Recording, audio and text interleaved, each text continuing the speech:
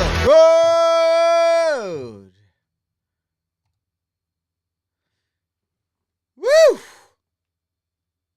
going on, everybody? Episode 32, Smells Like Wrasslin. The Smells Like Cologne Network here on YouTube. Another episode of Dynamite in the books leading up to Grand Slam. I will give you guys a heads up in advance. There will be no episode next week because I will be at Arthur Ashe Stadium live. And I will come, I don't know when I'm going to do an episode, maybe the day after, maybe not until next week. Just stay subscribed to the channel for the alerts. But, yeah, I'm going to be there, bro. I'm going to be there in the most bum-ass seats possible. I'm going to get the cheapest seats. I'm going to be all the way in the top. I'm going to be fucked up. And I'm going to watch that. It's going to be great. Hopefully my AEW hoodie will come in the mail after UPS lost it. So they're sending another one. So who knows? Well, we'll see. But another episode of Dynamite in the books. Very interesting week in...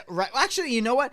An oddly quiet week in the world of professional wrestling for the last week or so. I think the only thing that people are talking about, which I refuse to talk about because it's not fucking true, is people saying that Omega and the Bucks sent feelers out to WWE. Don't be fucking idiots, people. All right, please. Don't read everything. Don't believe everything you read online. It's fucking stupid. All right?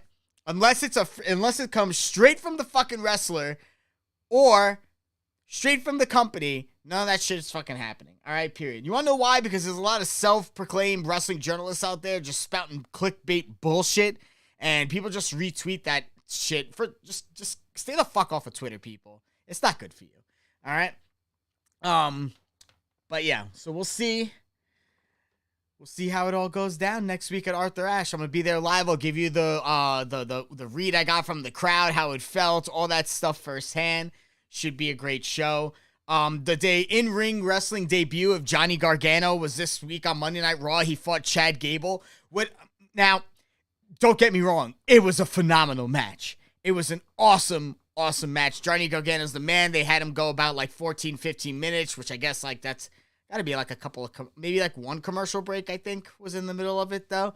And they don't do picture-in-picture on Raw, so like that shit was just gone. Like you had no idea what was going on. I thought it was great. Johnny Gargano's the man. It's hard for me to swallow that he's like fighting guys like Chad Gable because I'm like, I just want him to I just want him to be in the main event scene and take belts from people. But not gonna lie, the guys in the main event scene right now are fucking giants, dog. They're all giants. Now, I think it's a very strong possibility that Gargano might be the one to take the belt off of Theory. I mean, Theory was Vince's guy, but this is Triple H's ship. He doesn't have to keep Theory on. I would say if there was ever a guy that you want to be like this underdog guy, it would be fucking Johnny Gargano. So if Johnny Gargano wins the case, obviously as a Gargano mark, I'm going to be happy. It's going to be great. But I am curious to see how he's going to size up on the main roster in terms of like these bigger names and shit like that. You know, like he was like, I like the storyline as it is now. He was kind of like a big fish in a small pond with NXT. And now he's swimming with sharks. Like there are a lot of big guys physically and big guys in terms of personalities that are on that roster. So I'm very curious to see how Johnny Gargano is going to be doing moving forward, how they're going to position him, how he's going to be viewed by the fans. But hey, listen, Johnny Gargano's the man. If anybody could do it, it's fucking Johnny Gargano. Am I sad I'm not going to get any Johnny Gargano versus Bryan Danielson matches anytime soon? Yeah, I'm very sad. Very sad. Very sad he will not be holding the AEW championship. But you know what? If he holds the WWE title, just as happy. All right? No IC belts or anything. Or maybe at the very least he could be tag champs and then like have him and Ciampa take him from like Sammy and KO like somewhere down the line. That'd be a fucking great match. You want to see a great tag team match? Put Kevin Owens and Sami Zayn versus Tommaso Ciampa and Johnny Gargano. It's too good. I would love it. So, outside of that, I mean, like Raw was kind of solid. The promo that Kevin Owens cut was amazing. Against Theory, talking about how guys like Theory are a dime a dozen, but guys like him and Gargano are 1 in a million, and like we don't have to look like you, but we're still stars, and blah blah blah. I thought it was great. I thought it was awesome. I think it was him and him and Moxley were neck and neck for a freaking promo of the last week. Because the promo that Moxley cut last week, after the whole CM Punk debacle was fucking incredible. I thought it was great. So tonight's episode of Dynamite, it was the semifinals of the Tournament of Champions. It was going to be Danielson versus Jericho to main event the night in their second matchup. The first one obviously was at All Out. Moxley versus Guevara. We had a tag team match, Toni Storm and Athena versus Serena Deeb and Dr. Britt Baker. So, a lot of crazy shit going on this week, so let's get started. Shivani opened up the show with an Excalibur. Taz and William Regal was on commentary because they opened up the show with Moxley versus Guevara in the semifinals. Moxley ends up obviously defeating Guevara. I don't think there was any way, shape in hell they were going to have Guevara move on to the finals. It was definitely going to be Moxley, especially after the promo that he cut last week. Great match. Guevara hit his signature Spanish fly. They had the distraction by Anna Jay and Ty Mello. Ty went into the ring, kicks Moxley in the balls. Sammy rolls him up, but Mox kicks out at 2. Mox ends up, I think, converting something into a Death Rider, which I love that he's using that move now, that they're actually just calling it the Death Rider, that high angle DDT. It was fucking awesome. Moxley with the win. After that, they said that MJF was causing a scene backstage and wanted a microphone. So after the commercial break, the first thing that happened was MJF's music hits. That crowd popped. MJF is one of the most over fucking people in the company. If I was Tony, I don't have Omega, I don't have the Bucks, I don't have CM Punk. MJF is on my TV every fucking week. Cutting a promo, wrestling in a match, somehow being mentioned. The guy is over with the crowd. You get that awesome reaction. I mean, you don't want to overexpose MJF, but you definitely want to keep this guy out there. Oh, we got Dark Isle in the chat. What's going on, Ram? You definitely want to keep this guy out there on television. He's over as hell, man. Even though he's a heel, people fucking love him. Everyone knows, I think everyone now recognizes that MJF is like the franchise guy. Like, this is the guy that AEW really should be putting all their weight behind and pushing him on, because he's going to be one of the greatest. He could be one of like the greatest creations that they've ever had. You know what I mean? And to be quite honest, you really want to try and keep that guy when his contract is up, because you know there's a spot for him on that WWE roster. You know that for a fact. They would put the rocket on that motherfucker immediately. So they better start putting the rocket on him now. The only thing that sucks is that you know this was all supposed to be leading up to an MJF versus CM Punk match. And it's not going to happen. Like, whoever MJF beats, it's going to be a shame, because it's not going to... Like, they're trying to make the build between him and Moxley now. So I would bet money that Moxley's going to walk out of Grand Slam the champ. So, because they're already setting up the cards. He's already cutting promos on Moxley. You know what I mean? So, like, it's going to happen. Now, whether or not they're going to have Moxley hold on to it just for a couple of months just to drop it at Full Gear, I don't know. Does he drop it at Revolution? Like, MJF could call his shot at this point. You know what I mean? He doesn't have to do it immediately at the next pay-per-view. So if they want to do a thing where MJF kind of teases this thing and they keep it going on, like, who knows? But I'm telling you, like, I mean, obviously you have to put the title on MJF. Like, he has the chip, it's going to happen. Like, no way he's going to have a failed chip cash-in or whatever the fuck that they call it. So he's got it. He's got to win. And then he's going to go on a monster heel run. He's going to go on a heel run, in my opinion, that it's going to rival Roman Reigns. Because this guy is going to hold on to the belt until 2020. If he wins the belt in 2022, he will be champion until he relinquishes his contract. That's what I think. I mean, you have to. I mean, like, Roman's had the belt for 2 years. I mean, I think the only thing that really people are complaining about, and it's a valid complaint, is that he's holding up 2 belts. With the roster that size, give up one of the belts. But MJF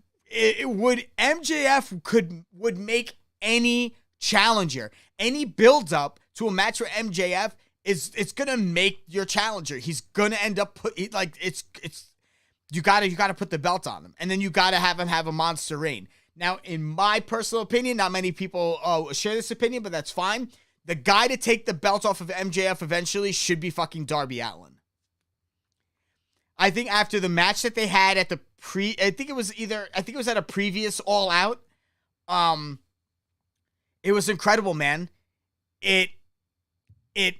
Roman Reigns literally calls himself the GOAT. So yes, Dark Isle, that's 100% correct. He's holding on to it for 2 years. He literally calls himself the GOAT, or God Mode or something like that. But I think it's got to be Darby Allin. Darby Allin's got to be the guy to take the belt off of MJF. I think they have history. I think he's the total polar opposite to MJF, which is good. He is a mega over baby face right now. Like, Darby Allin could. You want to know how you know a guy's over? If he could take wins and losses and still be over with the crowd. Darby Allin takes wins. Darby Allin takes losses. Darby Allin, whenever he comes out, people get up and they get excited for him. Darby Allin is the man. I definitely think that he should be the guy to take the belt off MJF. I think even it's possible that he goes at him again. He goes after him once, loses, and then the second time around goes around and gets it. Because obviously MJF heel, cheats to win, fucks over Darby the first time. Somehow Darby wins it in the Hell in a Cell or something, or you know, like one of those cage matches and shit. Who knows? But I still think that Darby Allin should be the guy to take the belt off of MJF eventually. MJF storms to the ring. He tells Moxley he's not the kid who faced him in 2020. He mentioned the whole like presidential stand and stuff like that because that literally happened in their feud. He said he's not playing a character. Moxley is, and he's a joke. He said Moxley built a good character and the fans buy it, but he doesn't. He says that Moxley's the same scared little boy, and that was in his book. He referenced the book that Moxley wrote, and said he's gonna drown in trouble he's gonna drown his troubles in alcohol like a drunk. He warned Jericho and Danielson also, because at that point Danielson hadn't won, so he warned anybody that was potentially gonna win that title that MJF was coming for him. He said when Moxley came back from rehab, you know, like he conquered his demons, but in his book, he always said that there was always a demon that he felt was going to take his livelihood, take his stardom, take his friends, take adoration, blah, blah, blah. And MJF is like, I'm the demon that you can't slay. I'm that demon. All right, so Dark Isle in the chat is asking, what traits do you think are important to allow someone to be liked so much, even if they don't win every match? Well, you got, number one, you have to have a compelling character. Number two, the matches have to be structured in a way that, like, you know this guy has it. You want this guy to win. You think he could win. He puts up enough of an effort that he's just close enough to winning that even if he loses, you were still impressed by the performance that he put on, even in a loss. And Darby Allin, I think, does that. I think every match that he has is memorable, whether he wins or he loses. I think his the way that he freaking recklessly throws his body around, I think it is appealing to viewing audience, because no one really does the stuff that he does. No one puts his body in that sort of peril like Darby Allin does. I mean, you really don't see that very often. You know, guys like the Hardys and Edge and Christian and the Dudleys and people in ECW, like, they were the ones who pioneered it, but you don't see that anymore. But Darby's a very young guy, and he's also, I believe, if I'm not mistaken, a professional stuntman. So, like, he's taking these bumps in a way that he's protecting himself as much as possible. So he's able to, I mean, granted, I honestly think he's shaving years off of his career, because eventually those bumps and bruises are going to catch up with him. But he's putting on memorable matches. When he lost against MJF, people still loved Darby Allin, even though he lost to MJF. I mean, obviously MJF cheated.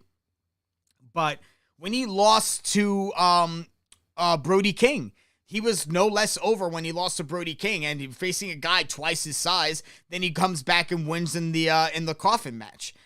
You know, every single time he comes out with Sting, who's a big draw, like, that's definitely a big thing. So there's a lot of ways I think you could be over without actually winning a match.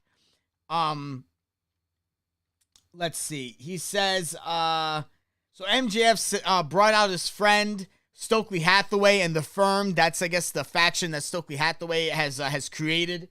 The point of that was, so basically, The firm is essentially a stable for hire. If you're a guy and you need goons, you call Stokely Hathaway. Stokely Hathaway has goons. He's got a big man. He's got a tag team. He's got a singles technical wrestler. He's got another guy who's a born and bred superstar. It's a very well-rounded out stable. So Stokely Hathaway pretty much goes down the line. He said everything he's done since being in AEW has been strategic. He says all of his henchmen are on retainer, and whenever MJF doesn't need them, they'll just go their separate ways. He said he's been making connections with everybody. He's hanging out with Britt Baker, watching Living Single with House of Black. He said that he loved W. Morrissey, who's part of this group. He said Lee Moriarty will bring honor back to the Ring of Honor Pure title, so he's going to try and push him to be the next Ring of Honor Pure champion. He says the Gun Club want tag team gold. He said, everyone obviously started chanting ass boys. He goes out there, he says they're not boys, they're men, and they don't want to be with their broke ass daddy. Ethan Page wants the All Atlantic Championship. I think Ethan Page was the one out of all these guys that got the biggest pop. People love fucking Ethan Page. People recognize the skills. Ethan Page is the man. So I hope that eventually he will carry All Atlantic Gold, but we'll see. And he says, we are the firm. Either run with us or run from us.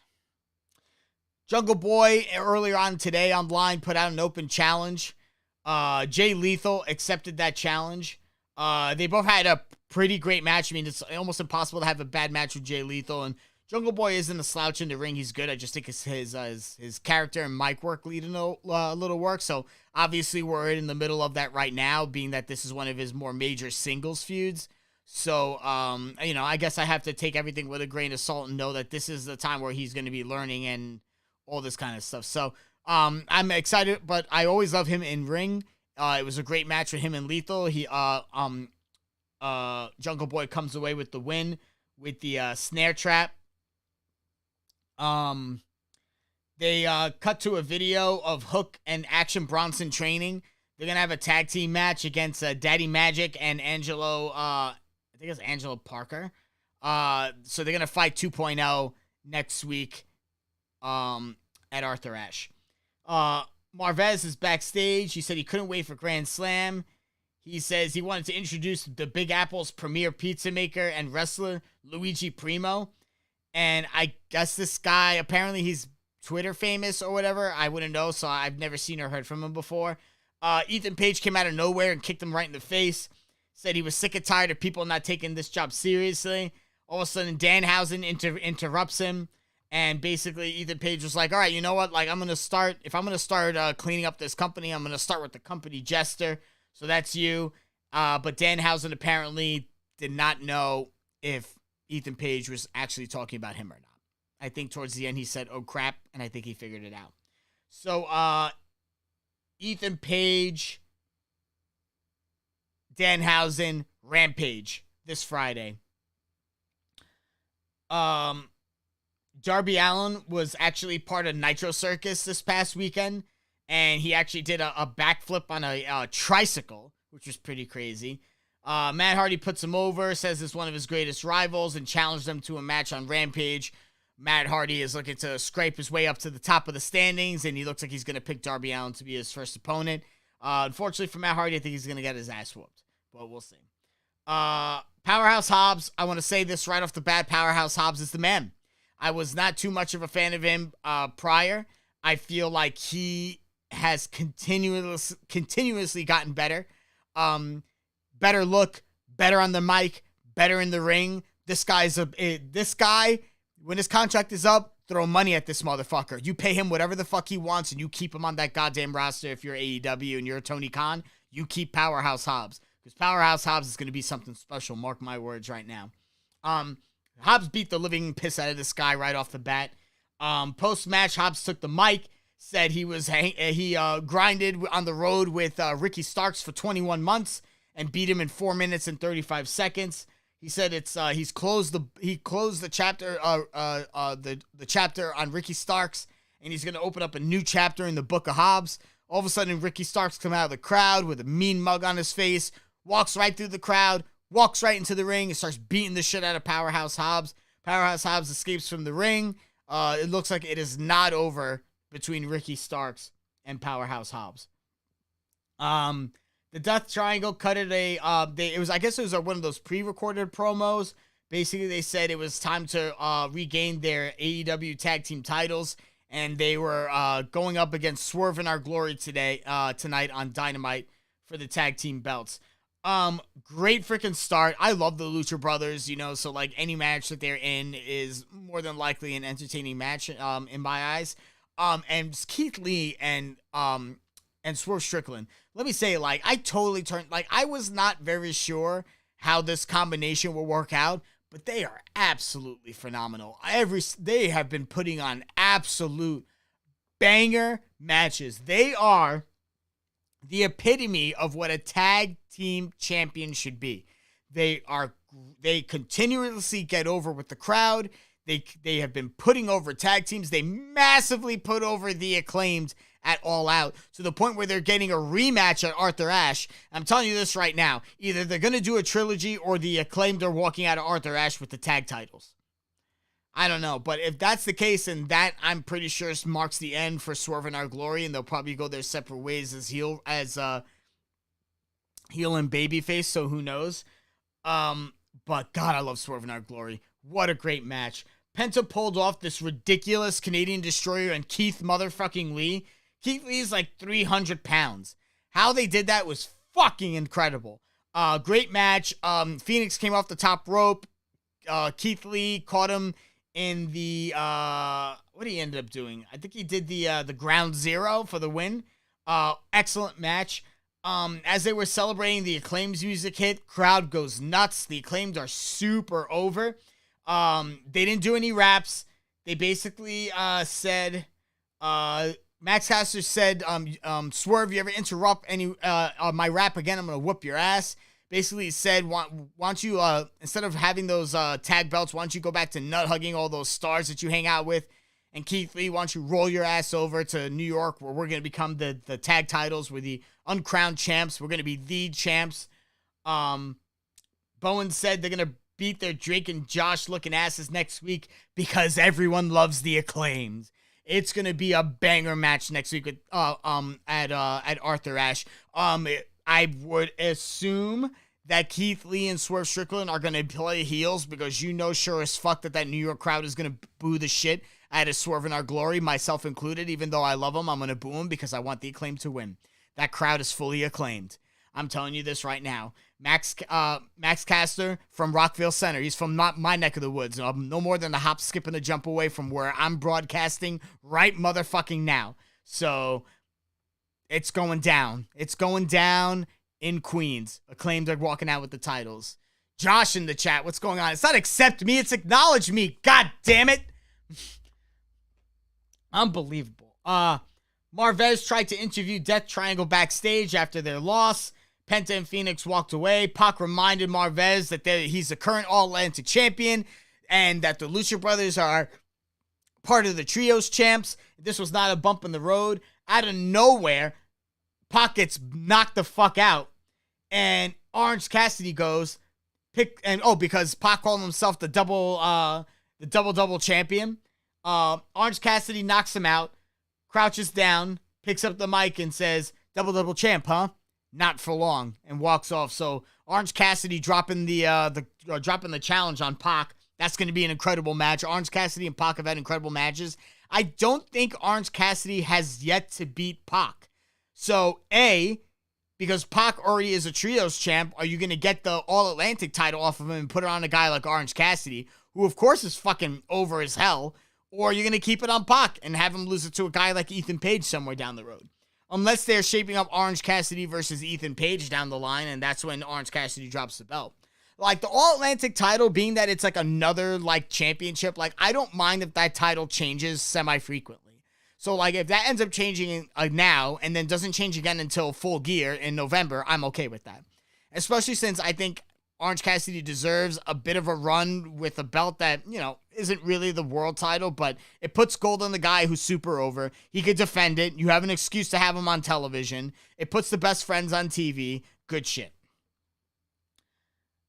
Tony Storm and Athena cut a promo on Britt Baker and Serena Deeb. Athena's saying she's been brushing, flossing, and eating an apple a day to keep the doctor away. But tonight they're going to win for Hikaru Shida. I'm going to tell you this right now. I didn't pay one bit of attention to this match. I really honestly couldn't care less. The only thing that I want to see is Jamie Hayter get a push and somehow get the championship. I hope she's the one that takes the belt off of Tony at a certain point in time.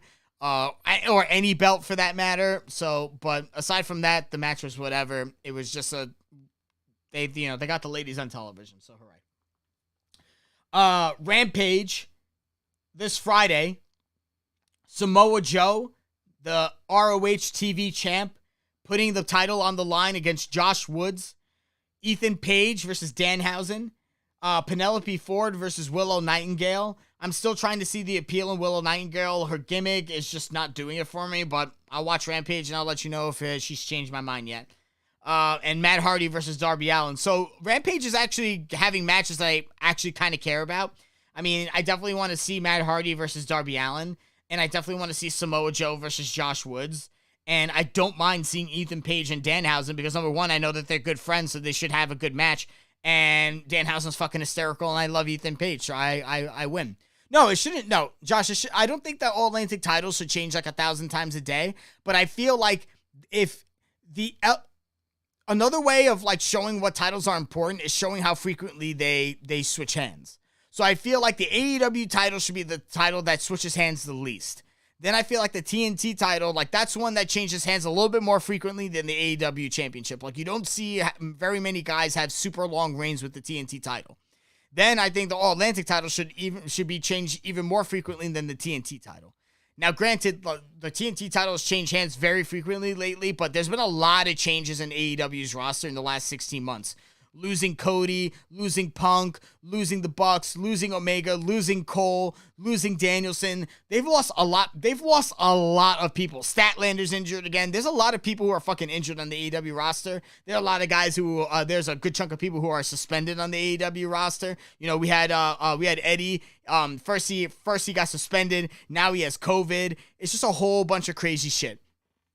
Yes, exactly. You need to tier the titles. You need to tier the titles because then it sets forth a clear expectation of what titles are more important than what titles without having to say it.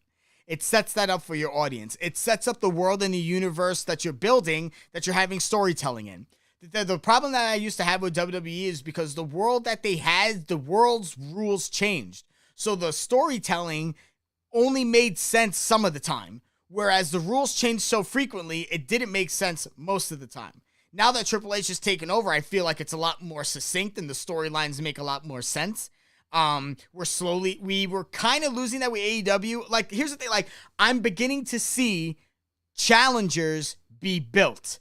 That has been my biggest problem with AEW since Hangman Adam Page. Because I felt Hangman Adam Page got a raw deal when they never said they had it set up for him to win the title, but they didn't have it set up for how he was going to lose it. You know, because especially at that time when Hangman won the belts, I don't even think Punk was signed with the company.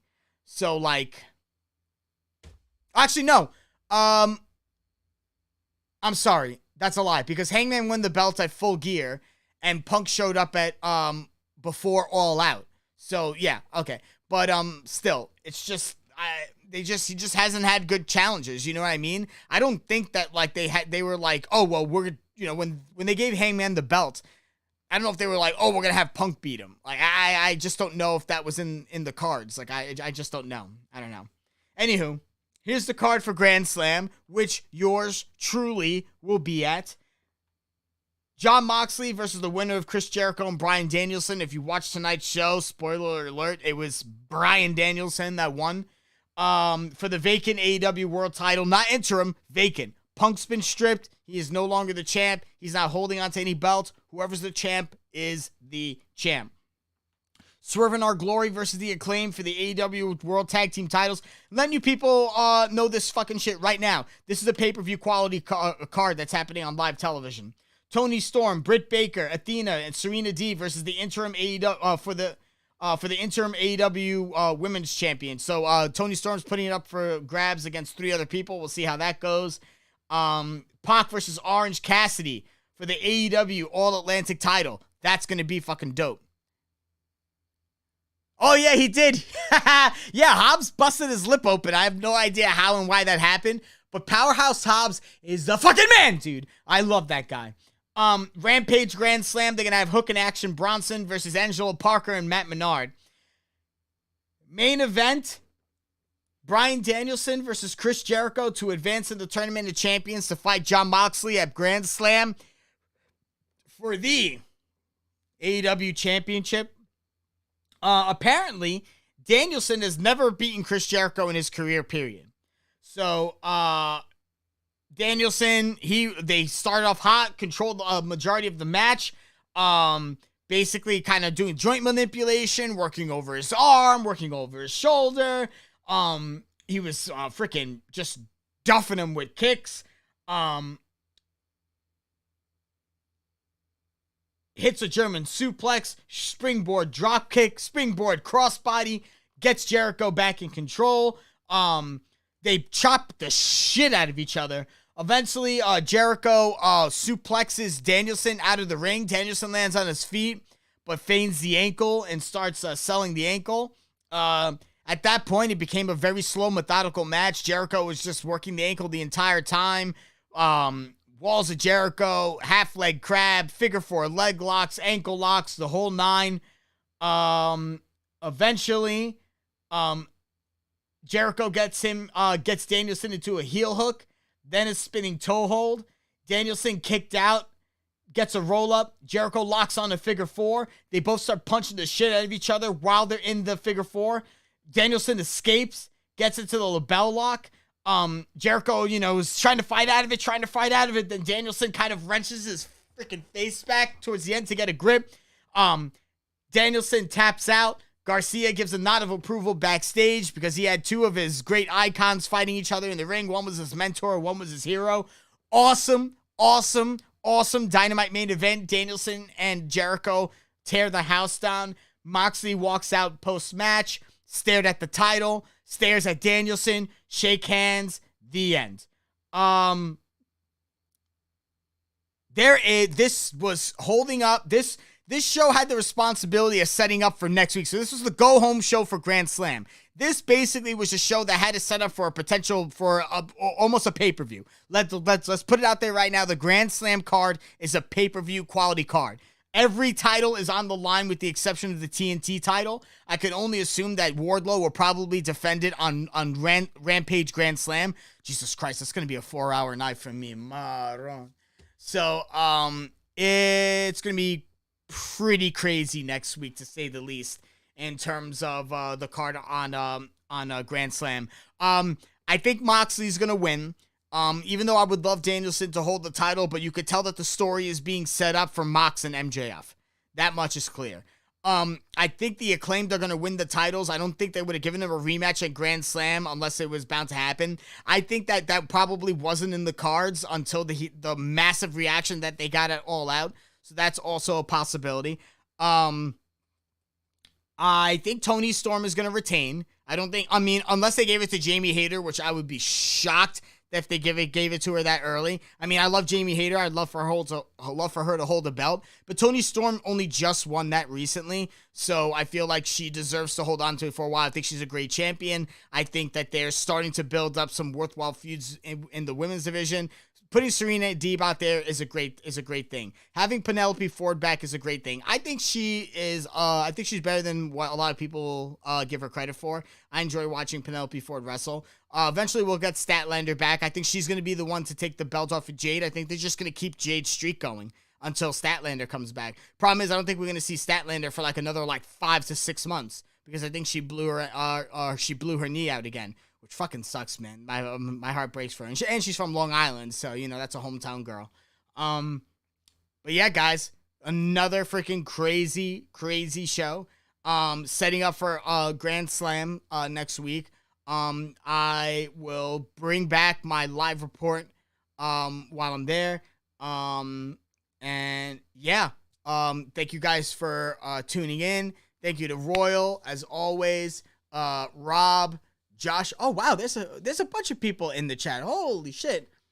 If anyone has any questions, any stuff that they want me to go over in the world of wrestling from the past week, now's your time.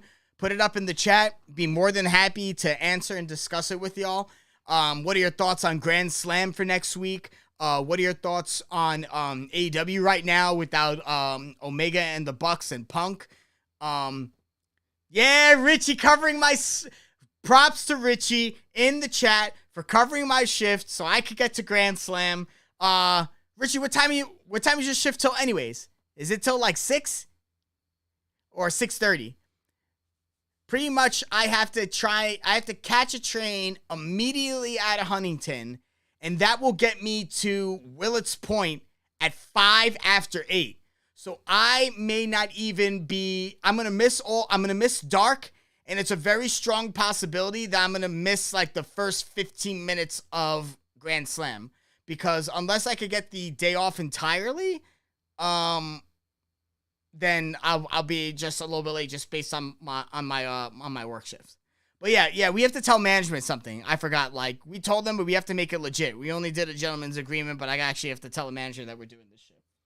Amanda knows, but I don't know. Oh yeah, it's definitely PM. Oh, 6, perfect, yeah. So I'm gonna see if they can let me, if I could get out at like 5:30. And I'm going to have like an Uber waiting for me at 5:30, shoot me right over to the train station to catch the 6 o'clock train. And, or something like that. It's like I think it's a 6:30 train I'm catching. I forgot.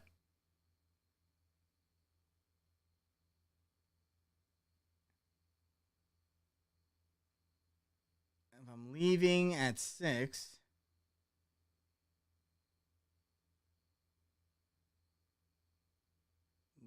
There we go.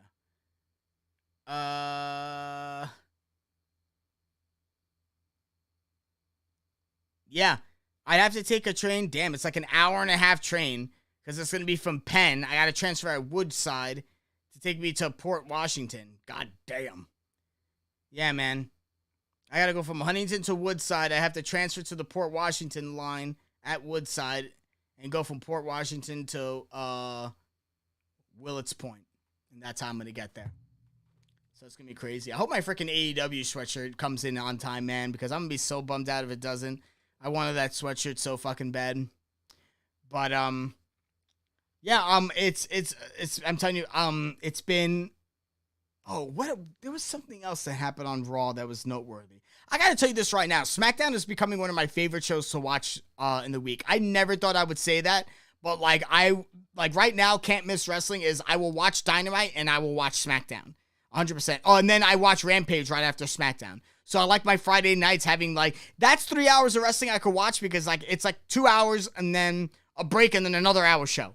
You know what I mean? So, it's different because it's 2 different shows. So, I could dig that. But a 3-hour Raw is just fuck me, man. It's just too goddamn long.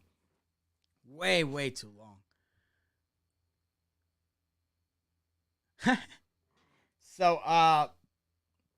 I'm gonna cut the stream. I appreciate you guys for tuning in. Next week, I'm curious.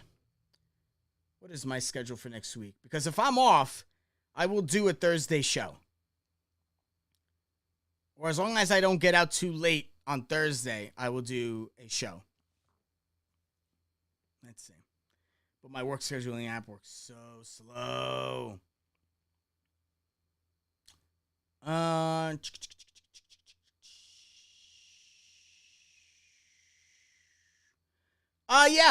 Yeah. We're gonna do a show. Now, oh yeah, that's right, Richie. So NXT apparently is going to black and gold. I mean, I dig it, man, because those colors are fucking weird, dog. I'm very curious to see what the tone and the wrestling and the booking of and who they sign for NXT. I'm curious as to what NXT is going to be moving forward. they put the North American title on Solo Sikoa. So, and he's part of the bloodline. Are we going to see the NXT North American champion, are we going to see him walk out with that belt with the bloodline? That means they all have belts, dog. The entire bloodline is dripping with gold. We haven't seen a faction dripping gold like that since freaking the Undisputed Era. When Undisputed Era was holding everything. They held the NXT title. They hold the NXT tag team titles. They held the NXT North American title. There has not been a faction that had 2 singles belts and a tag belt in a really long time. So that's really exciting. So Black and Gold, pretty dope, dude. I mean, I don't know, but I don't know, like, what do you guys think? Is NXT right now even worth watching? I mean, does it still have the stench of Vince and Bruce Pritchard all over it? I'd like to know. Because I just can't bring myself to watch on Tuesdays. Like, I try, and I'm like, oh. Maybe when it goes back to black, maybe is it officially Black and Gold? Like, is that how it opened up the show, going to Black and Gold? Or at the end of the show, they said they were going to Black and Gold? I don't know. As long as next week is Black and Gold, I'm down to do it. I loved NXT Black and Gold. NXT Black and Gold was the best wrestling I've ever in my entire life. That was the most fun I've ever had as a fucking wrestling fan. Was during that time period between 2015, I say like 2014 to 2019. It was incredible. NXT was the best. If they want to bring that back, awesome. I'm all freaking for it. NXT Black and Gold, how it was in that 4 to 5 year time span, is how I want the it's kind of good and official. Fuck. All right, so maybe I might start watching. God damn, man, there's so much wrestling. So yeah, next week. 10 o'clock show, Thursday, right here on the channel. You will get my in-person reactions from Arthur Ashe Stadium and Grand Slam. I will let you guys know how the atmosphere in the building, everything is how I felt it. I will also be talking about Rampage as well, so there will be spoilers there. I will tell you what happens in the 2-hour Rampage, because no way I'm going to talk about half of what I did and then just talk about the other half another day. Fuck that shit. The entirety of next week is going to be the Arthur Ashe show, baby. So get ready. Smells like Wrasslin. Arthur Ashe Stadium Grand Slam Edition. Be there. Thank you guys for tuning in. I appreciate your support. Thank you to Richie for taking my shift and for watching. Thank you to Josh. Thank you to Royal. Thank you to Rob and all the other viewers out there. Thank you so much for your support. I appreciate it. As always, the only place to get news about this channel is on this channel. So if you want to know when I go live, the only way to find out is to subscribe to the channel so that YouTube can notify you of that.